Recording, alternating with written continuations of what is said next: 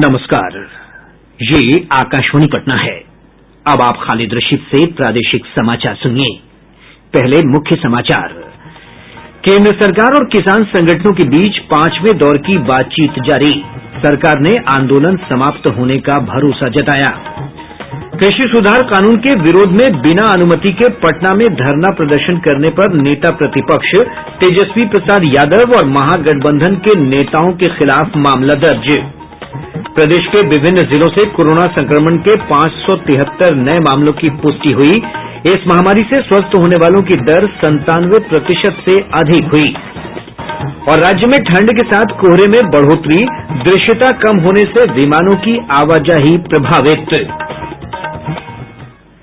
Bulletin की शुरुआत इस संकल्प के साथ। कोविड-19 महामारी के खिलाफ देश एकजुट होकर लड़ रहा है। आप भी हमारे साथ सुरक्षा और बचाव के 3 आसान एहतियाती उपायों का संकल्प लें। कोविड-19 से बचाव और सुरक्षित रहने के 3 उपाय। मास्क लगाएं, 2 गज दूरी है जरूरी, सुरक्षित दूरी रखें, हाथ और मुंह साफ रखें। अब समाचार विस्तार से। केंद्र सरकार और किसान संगठनों के बीच 5वें दौर की बातचीत इस समय नई दिल्ली में चल रही है। केंद्रीय कृषि मंत्री नरेंद्र सिंह तोमर ने विश्वास व्यक्त किया है कि किसान सकारात्मक रुख अपनाकर अपना आंदोलन समाप्त कर देंगे। हम लोग प्रारंभ से ये बात कह रहे थे कि भारत सरकार किसानों के हितों के प्रति पूरी तरह प्रतिबद्ध है। भारत सरकार इस बात पर विचार करेगी कि एपीएमसी सशक्त हो और एपीएमसी का उपयोग और बढ़े। जहां तक नए एक्ट का सवाल है, उसमें एपीएमसी परिधि के बाहर प्राइवेट मंडियों का प्रावधान है, तो प्राइवेट मंडियां आएंगी, लेकिन प्राइवेट मंडी और जो एपीएमसी एक्ट के अंतर्गत बनी हुई मंडियां हैं, उन दोनों में कर की समानता हो। श्री तोमर ने कहा कि भारत सरकार किसानों के हितों के प्रति पूरी तरह प्रतिबद्ध है। भारत सरकार इस बात पर विचार करेगी कि एपीएमसी सशक्त हो और एपीएमसी का उपयोग और बढ़े। केंद्रीय पशुपालन, डेयरी और मत्स्य पालन मंत्री गिरिराज सिंह ने कहा है कि प्रधानमंत्री नरेंद्र मोदी किसानों के हित में लगातार काम करते रहे हैं। नवादा में संवाददाताओं से बातचीत करते हुए उन्होंने कहा कि केंद्र सरकार किसानों के प्रति समर्पित है। श्री सिंह ने कहा कि पिछले 6 सालों में गेहूं और धान की खरीद में 40% की बढ़ोतरी हुई है, जबकि दलहन और तिलहन फसलों के उत्पादन में 70% की वृद्धि हुई है। उन्होंने कहा कि केंद्र सरकार प्रतिवर्ष किसान सम्मान निधि योजना के तहत प्रत्येक किसान को 6,000 रुपए की राशि प्रदान कर रही है। विधानसभा में नेता प्रतिपक्ष तेजस्वी प्रसाद यादव और महागठबंधन के कुछ अन्य नेताओं के खिलाफ बिना अनुमति के धरना प्रदर्शन करने पर पटना के गांधी मैदान थाना में प्राथमिकी दर्ज कराई गई है। कृषि सुधार कानून के विरोध में ये सभी धरना देने गांधी मैदान पहुंचे थे। प्रशासन द्वारा रोकने के बाद वे और अन्य नेता मैदान के 4 नंबर गेट पर ही धरने पर बैठ गए। कोविड प्रोटोकॉल के उल्लंघन करने पर यह कार्रवाई की गई है। प्रधानमंत्री नरेंद्र मोदी ने कहा है कि अगले कुछ दिनों में भारत में कोविड महामारी से बचाव के लिए टीका उपलब्ध हो जाएगा। श्री मोदी ने कहा कि भारतीय वैज्ञानिकों को पूरा भरोसा है कि अगले कुछ सप्ताह में वे कोरोना महामारी के लिए टीके का विकास कर लेंगे। प्रधानमंत्री ने कहा कि देश में अभी महामारी के 8 संभावित टीकों का विकास परीक्षण के विभिन्न चरणों में है। श्री मोदी ने कहा कि सारी दुनिया कोरोना महामारी के किफायती और कारगर टीके की भारत से उम्मीद कर रही है। भारत के वैज्ञानिक अपनी सफलता को लेकर बहुत ही आश्वस्त हैं। उनका कॉन्फिडेंस लेवल बहुत ही मजबूत है।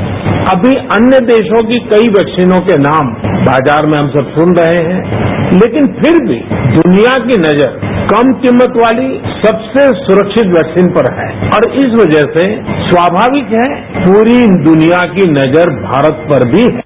श्री मोदी ने कहा कि वैज्ञानिक समुदाय के सहयोगपूर्ण प्रयासों से भारत निकट भविष्य में बड़े पैमाने पर टीकाकरण के लिए वैकल्पिक टीका बना लेगा। प्रधानमंत्री ने कहा कि अनुसंधान से जुड़े वैज्ञानिकों से टीके को मंजूरी मिल जाने के बाद ही टीकाकरण कार्यक्रम शुरू किया जाएगा।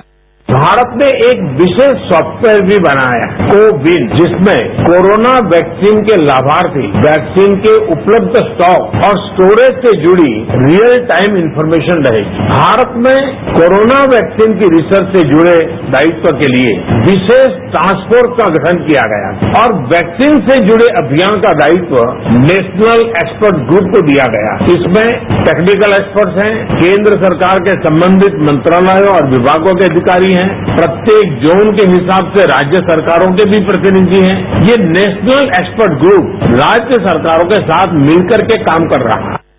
नीतीश कुमार मंत्रिमंडल का शीघ्र विस्तार किया जाएगा। मंत्रिमंडल विस्तार में संभावित नामों को शामिल किए जाने को लेकर जदयू और भाजपा में विचार मंथन का दौर जारी है। जनता दल यूनाइटेड अध्यक्ष नीतीश कुमार ने आज पार्टी नेताओं के साथ पटना में विधानसभा चुनाव में पार्टी के प्रदर्शन को लेकर समीक्षा बैठक की। इधर भाजपा प्रदेश नेतृत्व भी इस मुद्दे को लेकर लगातार राष्ट्रीय नेतृत्व से चर्चा कर रहा है। गौरतलब है कि राज्य मंत्रिमंडल में फिलहाल 2 उप मुख्यमंत्री सहित 14 मंत्री हैं।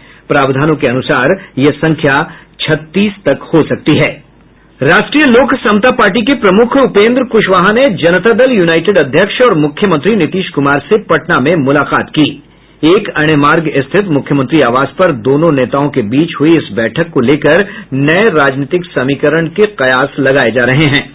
गौरतलब है कि पिछले दिनों श्री कुशवाहा ने विधानसभा में नीतीश कुमार पर आपत्तिजनक टिप्पणी करने के आरोप में नेता प्रतिपक्ष तेजस्वी प्रसाद यादव की कड़ी आलोचना की थी। इसके बाद दोनों नेताओं की मुलाकात के राजनीतिक मायने लगाए जा रहे हैं। केंद्र सरकार ने बिहार सरकार के अनुरोध पर धान खरीद की सीमा 30 लाख मीट्रिक टन से बढ़ाकर 45 लाख मीट्रिक टन कर दी है। राज्य सरकार ने पिछले दिनों इस संबंध में केंद्र से अनुरोध किया था। इधर राज्य में अब तक 1266 टन धान की खरीद हो चुकी है। 4207 केंद्रों पर किसानों से धान खरीद की जा रही है। सरकार का लक्ष्य खरीद केंद्रों की संख्या 1000 और बढ़ाने की है। प्रादेशिक समाचार आप आकाशवाणी पटना से सुन रहे हैं। प्रदेश में ठंड के साथ कोहरे और धुंध में बढ़ोतरी हुई है। पश्चिमी विक्षोभ के प्रभाव से प्रदेश भर के अधिकतम और न्यूनतम तापमान में गिरावट आने से ठंड में बढ़ोतरी हुई है।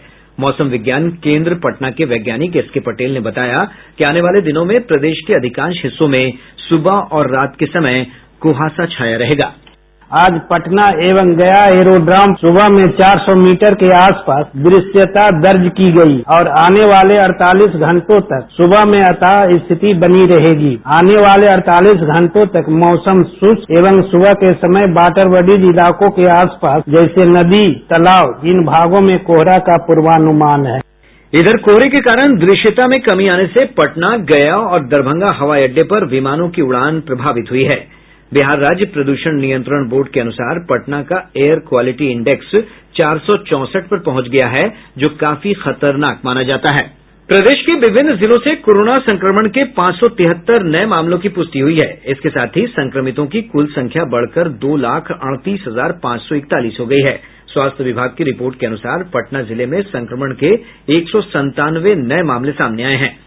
पूर्णिया में 32, नालंदा में 31, बेगूसराय में 20 और मुजफ्फरपुर में 18 नए मामलों की पुष्टि हुई है। अन्य जिलों में भी पॉजिटिव मामले मिले हैं। रिपोर्ट के अनुसार राज्य में इस समय 5,382 कोरोना के सक्रिय मामले हैं। इधर प्रदेश में कोविड-19 से स्वस्थ होने वालों की संख्या बढ़कर 2,31,866 हो गई है। स्वस्थ होने की दर 97.20% है। देश में कोविड संक्रमण के सक्रिय मामले आज घटकर 4,10,000 पर पहुंच गए हैं। ये पिछले 136 दिनों में सबसे कम संख्या है। इस वर्ष 22 जुलाई को संक्रमण के सक्रिय मामलों की संख्या 4,11,000 थी। वहीं पिछले 24 घंटे में कोविड-19 के 36,652 नए मामले मिलने से कुल संक्रमित मामलों की संख्या 96,08,000 के आंकड़े को पार कर गई है। इधर 42,533 संक्रमितों के ठीक होने के साथ ही स्वस्थ होने की दर बढ़कर 94.20% हो गई है। देश में पिछले 24 घंटे में 512 लोगों की मृत्यु हुई है। इसके साथ ही मृतकों की संख्या बढ़कर 1,39,700 हो गई है। अखिल भारतीय आयुर्विज्ञान संस्थान एम्स में एंडोक्रिनोलॉजी विभाग के प्रोफेसर डॉक्टर राजेश खड़गावत ने कहा है कि इस रोग से बचाव के लिए सावधानियां बरतनी होंगी। आकाशवाणी से बातचीत में डॉक्टर खड़गावत ने कहा कि महामारी अभी खत्म नहीं हुई है और लोगों को एहतियात में कोई कोताही नहीं करनी चाहिए। ये एक ऐसी बीमारी है जिसका बहुत अच्छा इलाज हमारे पास नहीं है, लेकिन हमारे पास बहुत सारे ऐसे स्टेप्स हैं जिससे हम इजीली बच सकते हैं। और सबसे बड़ा जो कदम हम उठा सकते हैं वो यह है कि हम एक दूसरे से दूरी बनाए रखें, और दूसरा कि हमें मास्क पहनना है, फेस कवर करके रखना है, ताकि इसके अलावा हमें ये करना है कि हम आंख नाक मुंह को नहीं छुएं, बार बार मास्क को नहीं छुएं, बार बार हाथ को धोते रहें। और हो सकता है आने वाले समय में कोरोना की वैक्सीन आ जाए, लेकिन जब तक ये वैक्सीन नहीं आती है हमें ये बोलना नहीं है कि कोरोना गया नहीं है, और ये सारे कदम हमें एहतियात के तौर पर उठाने हैं ताकि हम कोरोना से बच सकें। आकाशवाणी से बातचीत करते हुए नीति आयोग के सदस्य डॉक्टर वीके पॉल ने कहा कि भारत ने कोरोना महामारी के खिलाफ पिछले 9 महीने के दौरान क्रमबद्ध, चरणबद्ध और अति सक्रिय तरीके से कार्रवाई की है। उन्होंने कहा कि इन उपायों से कोविड संक्रमण के लाखों मामलों से बचा जा सका और कई लोगों का जीवन बचाया जा सका। जो इस पॉजिटिव केस के कांटेक्ट में आया, उसके साथ जो उसका साथ था, उसके पहले कुछ दिनों तक ऐसे व्यक्तियों को भी नजर में अपने आप को रखना है, अलग होना है, ताकि दूसरों की तरफ आपका संक्रमण आपसे ना जाए। ऐसे हम जिम्मेवारियां निभाएंगे, देश की क्षमता बढ़ाएंगे, अपने आप को कोरोना से बचाएंगे और अपने से आगे संक्रमण ना हो वो जिम्मेवारी निभाएंगे, तो इसमें कोई दो राय नहीं है कि इस संक्रमण को हम पूरा कंट्रोल करेंगे, जानें भी बचेंगी और हमारी इकोनॉमी भी बचेगी, व्यवसाय भी बचेंगे और हमारा देश इस महामारी कैलेमिटी से, मुसीबत से उभर कर एक आत्मनिर्भर और सशक्त भारत बनके सामने आएगा। सीतामढ़ी जिले के बतनाहा के पूर्व विधायक दिनकर राम का आज निधन हो गया। वे इस विधानसभा क्षेत्र से 3 बार विधायक चुने गए थे।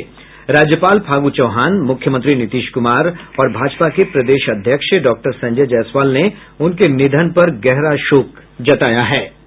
बक्सर के रामरेखा घाट पर आज से विश्व प्रसिद्ध पंचकोशी मेला की शुरूआत हुई। 5 दिनों के इस मेले का उद्घाटन वर्चुअल माध्यम से केंद्रीय स्वास्थ्य राज्य मंत्री अश्विनी कुमार चौबे ने किया। इस अवसर पर साधु संतों ने गंगा नदी में पवित्र स्नान कर पूजा पाठ किया। समस्तीपुर जिले के नगर थाना क्षेत्र अंतर्गत काशीपुर मोहल्ला के पास अपराधियों ने एक व्यक्ति से 2 लाख रुपए लूट लिए। पुलिस अपराधियों की गिरफ्तारी के लिए छापेमारी कर रही है। बक्सर के जिला कृषि पदाधिकारी ने खेतों में पराली जलाने के आरोप में 16 किसानों के निबंधन को रद्द करते हुए उन्हें 3 वर्षों के लिए किसी भी प्रकार के कृषि अनुदान लाभों से वंचित कर दिया है। सरकार के आदेश के विरुद्ध खेतों में पराली जलाने वालों की रिपोर्ट नहीं करने के मामले में 2 कृषि समन्वयक को भी निलंबित कर दिया गया। जमुई जिले में जमुई मुंगेर कोऑपरेटिव बैंक की झाझा शाखा के प्रबंधक के खिलाफ 32 लाख रुपए के गबन का मामला दर्ज किया गया है। पुलिस मामले की जांच कर रही है। वैशाली जिले के 2 अलग-अलग थाना क्षेत्रों से पुलिस ने 256 कार्टन विदेशी शराब के साथ 2 कारोबारी को गिरफ्तार किया है। और अब अंत में मुख्य समाचार एक बार फिर। केंद्र सरकार और किसान संगठनों के बीच 5वें दौर की बातचीत जारी। सरकार ने आंदोलन समाप्त होने का भरोसा जताया। कृषि सुधार कानून के विरोध में बिना अनुमति के पटना में धरना प्रदर्शन करने पर नेता प्रतिपक्ष तेजस्वी प्रसाद यादव और महागठबंधन के नेताओं के खिलाफ मामला दर्ज। प्रदेश के विभिन्न जिलों से कोरोना संक्रमण के 573 नए मामलों की पुष्टि हुई है। इस महामारी से स्वस्थ होने वालों की दर 97% से अधिक हुई। और राज्य में ठंड के साथ कोहरे में बढ़ोतरी, दृश्यता कम होने से विमानों की आवाजाही प्रभावित हुई। इसके साथ ही आकाशवाणी पटना से प्रसारित प्रादेशिक समाचार का ये अंक समाप्त हुआ। कोविड-19 से बचाव और सुरक्षित रहने के 3 उपाय। मास्क लगाएं, 2 गज दूरी है जरूरी, सुरक्षित दूरी रखें, हाथ और मुंह साफ रखें।